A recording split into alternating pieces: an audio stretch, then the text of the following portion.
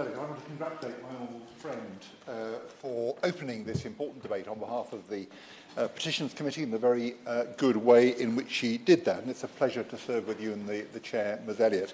The Work and Pensions Select Committee is taking a very close interest in the discussions around carers allowance. I'm delighted to see my honourable friend, the member for Oldham East and Saddleworth here. She's taken a lot of interest in this, but I have a particular personal interest in this debate because my constituency accounts for the largest number of signatures on the petition, 73. So I thought it was particularly important for me to be here. But as others have said, for the best part of 2 decades now, the Work and Pensions Committee and its predecessors have been calling on the government to reform carers' allowance, including the rate at which it's paid. There was a 2008 Select Committee report valuing and supporting carers, which concluded that carers' allowance was outdated, should be radically overhauled at the earliest opportunity to recognise the contribution that carers make. Well, that earliest opportunity still hasn't arrived.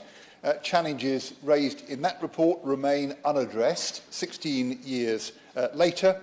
We know the department has conducted research to support policy development on carers' allowance.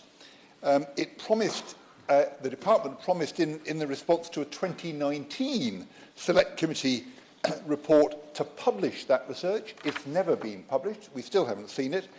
And so I wonder whether the Minister and the Select Committee is looking forward very much to hearing on Wednesday from the Minister about carers' allowance specifically, whether the Minister will tell us when the policy development will conclude and whether the research will finally, as promised in 2019, be published. As we've heard, Ms Elliott, carers' allowance is paid at a weekly rate of £81.90, less than other income replacement benefits. Jobseeker allowance is nearly £10 a week more. In my committee's inquiry, a recent inquiry on benefit levels in the UK, we heard that carers' allowance was paid at too low a rate and that carers often had to cut back on food, were struggling to make ends meet as a result. And last month, in a one-off evidence session we had on carers' allowance, we heard from Terry Curtin, a full-time carer for his father, and he said of caring and of receiving carers' allowance, and I quote his words to the committee, "I'm tired of struggling. I want to be able to look after my father. I want to make sure he doesn't have to go without things, and I would like to be able to have a bit of a life myself without having to fight with my finances every day." And I wonder whether the Minister, and I know the Minister has substantial personal experience herself of caring, whether she recognises that the rate of carers' allowance today is just not enough.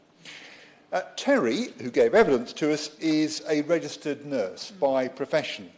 To retain his registration, he would have to work a certain number of hours per week. But if he did that, it would take him over the carers' allowance earnings limit. So it's impossible for him to maintain his registration and to continue to receive carers' allowance. To balance his caring role and his finances, he's had to leave the profession, give up work altogether and care for his father. He now just about survives on carers' allowance. So that brings me to the second challenge, the earnings limit for carers' allowance. In the same session of our committee, we heard how the earnings limit in carers' allowance acts as a disincentive for carers who would like to work, either because they would be worse off financially, should they lose carers' allowance because of their work, or due to fears that they would accidentally go over the limit. And this is a really big problem, that they'd accidentally slip over the limit for carers' allowance, giving rise to the overpayments that we've just been hearing about. Because the earnings limit effectively traps carers in low-paid work only, whatever their skills or their training. The earnings limit in carers' allowance is not increased in line with the national minimum wage. We've been told rightly already by my honourable friend, the member for Neath, that the Carers UK has pointed out that the number of hours a carer has been able to work at the national living wage while also receiving carers allowance has decreased over the last few years.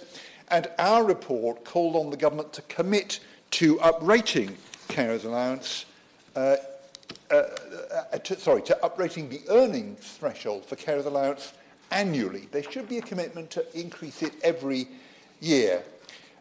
Now, this very similar point was made in the 2019 report, and in its response, the government said that it would look at the findings from the research, which I've referred to, with an open mind, consider any changes to the earnings limit to be a priority. But since then, nothing has happened. So I wonder if the Minister can tell us today whether there are plans to review how to increase the earnings limit in carers allowance, for example, linking increases each year with rises to the national living wage. We've also heard, rightly, that the earnings limit is just one of several eligibility restrictions, and another is the 21-hour rule. That prevents carers in full-time education who are in 21 hours or more of education a week from claiming carers allowance. And Carers UK made the point to our committee last month: if you're a young adult carer, you have to choose between getting education and qualifications and getting some financial support. They added, that is not right. It will affect people for the rest of their lives. And I wonder if the department has looked at the effect of that 21-hour rule specifically on young carers, on young adult carers, including on their opportunities later in life. The restriction on learning and caring is being lifted, we understand, in Scotland, with obvious advantages for young carers. And my final concern, Ms Elliott, is overpayments, and we've touched on this already, featuring in recent news reports. It is not a new issue. Our predecessor committee published a report on it, specifically on this, in 2019, and data from the department shows that in the year 2022-23, the department was pursuing over 30,000 overpayments of up to £2,000 and over 7,000 payments over £2,000, including 36 overpayments of more than £20,000. Now, how has the department allowed overpayments clearly covering, in some cases, quite a few years, to accumulate? The department knows from HMRC real-time information what people are earning, and it can stop payment of carers allowance to those who are no longer eligible. And indeed, the response to the 2019 report, the government's response to that report, confirmed there is an automatic notification when weekly net pay exceeds the carers allowance earnings limit. And yet the department does nothing, allowing people to build up instead these huge overpayments, and then it prosecutes them. Now, that surely cannot be right, to carry on in that way. I recognise the Minister may not have the detailed data for the 2023-24 year, as we've been given with 22-23, but it would be very helpful if she could ask officials to provide that to the committee in the coming weeks. So, Ms Elliott, I very much look forward to the Minister's response and also to her appearance before the committee on Wednesday, where we will have an opportunity to explore these issues in further detail.